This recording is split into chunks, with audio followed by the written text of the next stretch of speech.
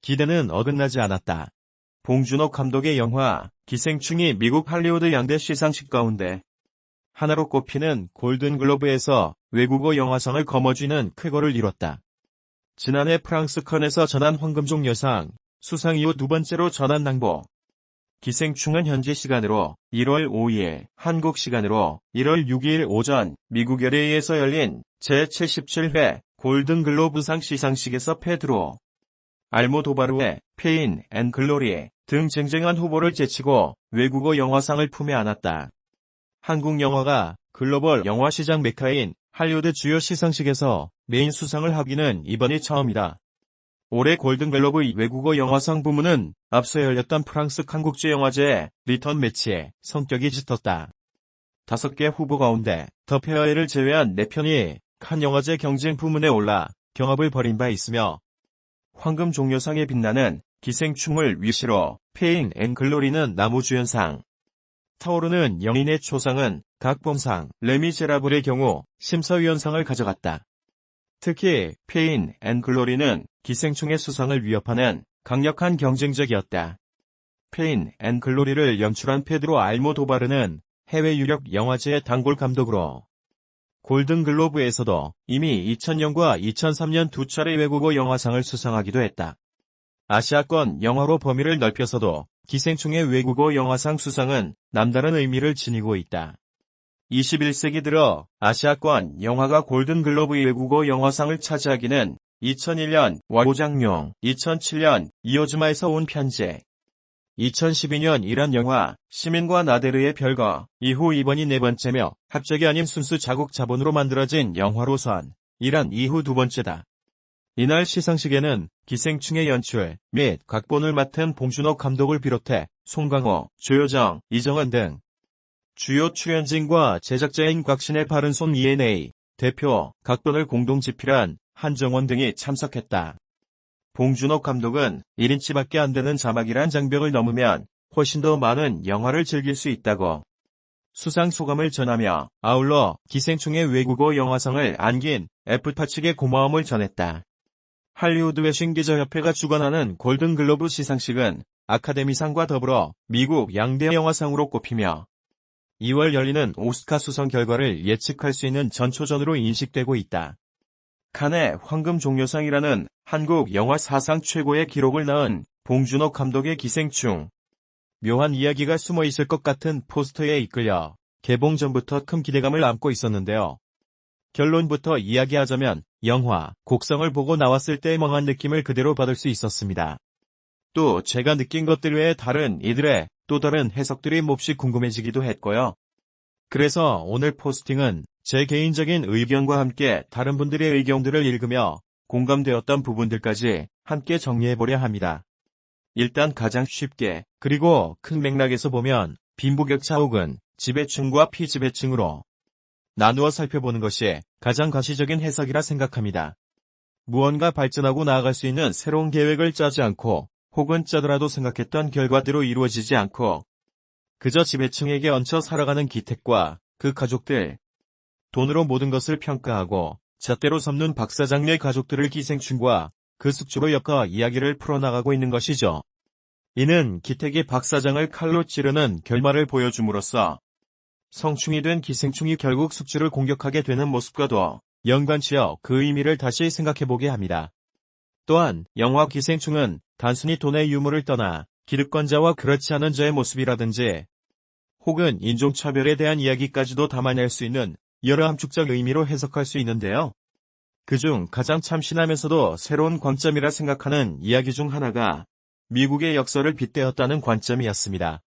사실 그 집에 가장 먼저 들어온 사람, 가장 오래 그 집에 머물렀던 인물은 박사장네 가족이 아닌 이정은 집사 부부였습니다. 이는 미국이라는 비옥한 땅에 가장 처음 가졌던 인디안 원주민들을 상징하지요. 인디안 원주민들은 미국의 땅을 자신들이 가장 먼저 가졌지만 자신들이 소유의 개념으로 생각지 않고 아름다운 자연을 신의 선물이라 생각했다고 합니다. 때문에 함부로 나무를 베지 않는 등 훼손하지 않고 조화롭게 사는 삶을 지향했다고 해요. 이 점에서 역시 집 구석구석을 잘 관리하고 하나의 예술품 같은 그 집을 잘 보존하려 애쓰는 이정은 집사와 많이 닮았습니다. 물론 그게 설정상 실제 자신의 돈으로 산 것이 아니라 관리인으로서 들어온 것이기 때문이기도 하겠지만 어느 정도 일맥상통하는 부분이 있다고 보입니다. 또한 아무 탈 없이 잘 지내고 있다가 갑자기 별다른 이유 없이 내쫓기게 되는 이정은 집사 부부의 모습은 힘에 밀려 본래 자신들의 땅이었음에도 한쪽 구석으로 밀려나버리게 되는 인디언 원주민들의 모습과 비슷한 맥락으로 흘러갑니다. 그럼에도 그러한 현실을 수긍하게 되고 딱히 그 가족들을 원망하지 않는 모습에서도 마찬가지로 말이죠. 그 다음 돈이라는 힘을 가지고 집의 주인이 되는 박사장네는 미국 대륙을 점령한 백인들로 그들이 고용한 피지배층이 되는 하수인들은 곧 아프리카 흑인들로 생각해보면 되겠습니다. 기택과 그 가족의 모습은 지하실에 평생을 갇혀 살면서도 그곳만으로도 감사하다. 여기는 이정은 부부와는 조금 다릅니다. 힘이 없고 돈이 없는 것은 같지만 그들에게 그러한 상황은 어제 오늘의 일이 아니기에 그럼에도 살아나갈 수 있는 어떠한 꽤나 다른 꼼수 같은 부분들이 그들에게는 새로운 무기가 되어줍니다. 직접 배우고 자격증을 따진 않았지만 잠시 동안의 인터넷 서칭으로 얻은 미술 심리학에 대한 잔지식과 무려 4번이나 떨어졌지만 그로 인해 얻은 수능에 대한 필살기, 그 외 정보들이 그것이죠. 이것은 비록 지배층이 되고 기득권층이 될 수 있는 방법은 되지 못하더라도 흔히 우리가 노력이라 부르는 어떠한 배움이나 경험들이 아닌 그들만의 세상 안에서 어느 정도 먹고 살 수 있을 정도만큼의 노력 아닌 노력으로 피지배층에 머무는 것이 익숙한 그들만의 생활수단이 되어줍니다. 어떻게 보면 이정은 집사 부부와 그들은 비슷한 처지인 것이 맞지만 같이 돕고 살아야죠. 같은 불우이웃결이라고 말하는 이정은에게 우린 불우이웃아닌데? 라며 받아치는 그들의 모습은 이중적인 성격을 잘 드러낸다고 생각합니다. 겉보기에는 남부러울 것 없이 또 누구보다 스마트하고 고상한 척하고 있지만 속으로는 편견으로 가득하며 그들만의 잣대로 남을 평가하는 박사장네 부부.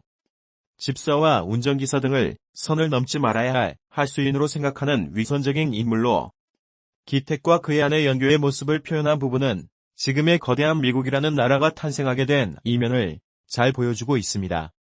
이 같은 설정에 힘을 실어주는 또 하나의 장치를 포스터에서도 살펴볼 수 있는데요. 기생충 포스터에서는 모든 인물들의 눈이 가려져 있는데 기택과 그 가족들의 눈은 검은색 흑인으로 박사장네 가족들의 눈은 흰색으로 표현되어 있습니다. 별것 아닌 것 같은 차이이지만 해석과 함께 생각해보면 상당히 큰 의미를 담은 차별점이었다 볼 수 있겠네요. 이렇게 큰 틀 안에서 볼 수 있는 전체적인 해석 외에도 거두어 드려야 할 떡밥들이 굉장히 많았던 영화였습니다. 그중 몇 가지를 정리해보겠습니다.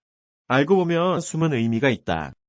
1. 모스부호. 유일하게 박사장네 가족 중 모스부호를 해석할 줄 아는 다송이는 깜빡거리는 조명을 보며 모스부호를 해석하려 합니다. 하지만 그 결과를 누군가에게 보여주지도 그것에 큰 의미를 담지도 않습니다. 왜냐하면 그는 애초에 부유층 자제이기 때문에 그들의 문제에 깊이 관심을 갖지도 설령 갖더라도 뼈속 깊이 이해할 수 없기 때문입니다. 단순히 컵스카우트를 통해 모스부호에 대한 지식과 정보를 얻은 것일 뿐 그들에게 큰 공감을 할 수 없는 구조라는 것입니다. 이는 지금의 재벌 가나 부유층에 보여주기식 기부나 자선활동을 꼬집는 부분이 아닐까 생각해봅니다. 2. 팬티. 기정의 팬티를 차 안에서 발견한 뒤 박사장네 부부는 먹잇감을 물기라도 한 듯 윤기사를 헐뜯습니다. 그들의 상상은 팬티 하나로 기정사실화됨은 물론 마약을 한 건 아니냐는 추측으로까지 이어지죠. 하지만 이는 그들의 잠자리 신이 나오면서 그들의 진짜 본색을 드러냅니다. 그 팬티를 떠올리며 더욱 흥분하는가 하면 연교는 마약을 사달라며 한낱 유용거리로 삼습니다.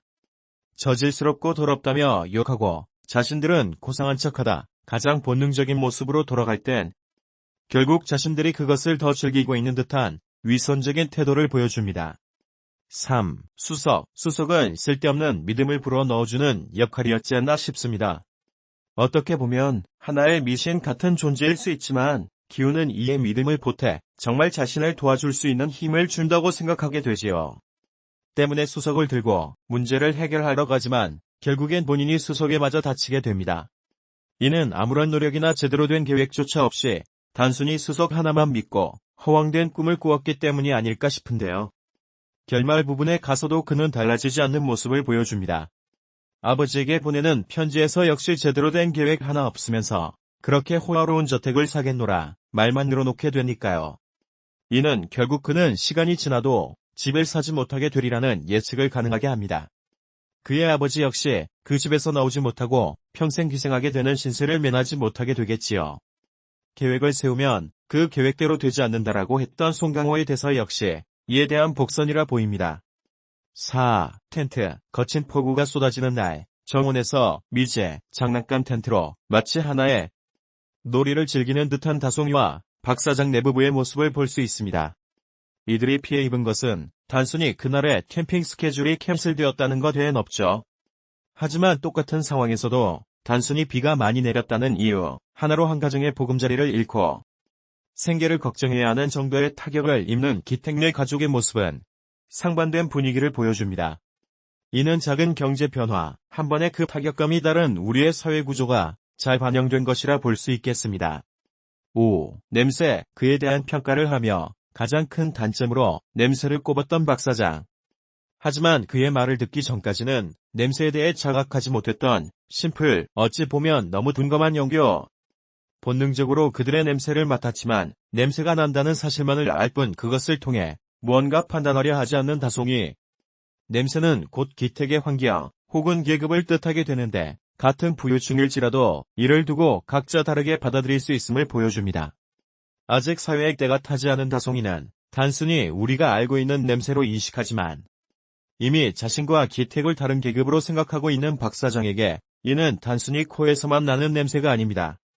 또한 워낙 심플한 영교에게 이는 민감한 문제가 아니기 때문에 처음에는 잘 인지하지 못하다가 남편의 말을 듣고 진짜 냄새가 나는 것 같다며 그 다음부터는 냄새에 신경을 쓰고 같은 차를 타고 가며 창문을 내리는 모습을 보여줍니다. 이는 어떠한 편견에 쉽게 휩쓸려가는 궁중, 선입견이 자리 잡는 모습을 표현한 것이라 보입니다. 6. 북한 말투를 흉내내는 이정은. 극중 이정은 집사는 남편과 함께 장난치며 북한의 말투를 우스꽝스럽게 따라 하는데요. 이는 단순히 코믹한 장면을 보여주는 것이 아닌 사회주의와 자본주의의 차이점을 나타낸다고 생각합니다. 새로운 일거리를 찾고 기득권층과의 괴리감을 느끼며 무언가 달라지고 싶어하는 기택의 가족과는 달리 이정은과 그의 남편은 집사로서의 삶, 그리고 갇혀 지냈지만 무언가 안정감이 있던 지난날의 생활을 만족해했고 또 그리워한다는 점에서 서로 다른 사회 관점을 보여준 것 같네요. 7. 피자박스. 피자박스 접는 소일거리를 하던 중 4개 중 1개의 불량품이 나왔었습니다. 이는 기택이 접은 것들로 추정되며 제대로 된 방식이 아닌 영상을 보며 단순히 빨리 접는 방법에만 집중했기 때문에 나온 문제라고 생각합니다. 제대로 된 숙련과 절차를 거치지 않고 잔꾀를 이용해 이를 해결하려 했을 때 나타나는 문제 상황들을 보여준 것이 아닐까 싶습니다. 8. 콘돔. 이 영화에서는 굳이 필요할까 싶은 애정씬이 나옵니다. 하지만 이 역시도 영화에 꼭 필요한 장치 중 하나였다고 보는데요. 극중 콘돔은 나오지 않았지만 소파 위에서 보여주었던 박 사장 부부의 애정씬, 마지막으로 지하실에 쌓여있던 이정은 부부의 콘돔. 많이 다른 듯 보이지만 그들은 모두 같은 욕구와 욕망을 가지고 살아가는 인간일 뿐입니다. 그러나 돈과 힘에 의해 마치 서로 다른 것처럼 살아가는 모습으로 비치고 있는 현실을 보여준 것이라 생각해요. 또한 이 장면에서도 역시 기택과 박 사장 내 부부는 소파와 바닥이라는 서로 다른 상하의 위치에 놓이게 되는데요. 공간적 위치를 나누게 됨으로써 그 계급의 차이를 보여주고자 함이 아니었을까요? 여러 가지 떡밥들을 정리하며 위에 언급했던 큰 틀이 가진 주제의식 외에도 아무런 근거와 계획 없이 큰 결과를 바라면 결국엔 다시 제자리로 돌아올 수밖에 없다는 것. 동 하나의 사람의 성격이나 말투, 행동까지 좌지우지되어 개인의 도덕성이나 진짜 지켜야 될 선은 무시되는 현 시점을 풍자, 결국엔 모든 것이 인과응보로 돌아온다는 교훈까지 정말 여러 가지 숨은 이야기들을 찾을 수 있었습니다. 어떤 한 장면에 대해 직접적으로 정의 내리지 않고 여러 해석의 가능성을 열어두었기에 그 의미가 더욱 다양한 방향으로 뻗어나갈 수 있는 것 같네요. 영화를 본 후 생각하며 곱씹어 볼수록 여운이 깊어지는 기생충의 숨은 의미 해석 그리고 후기였습니다.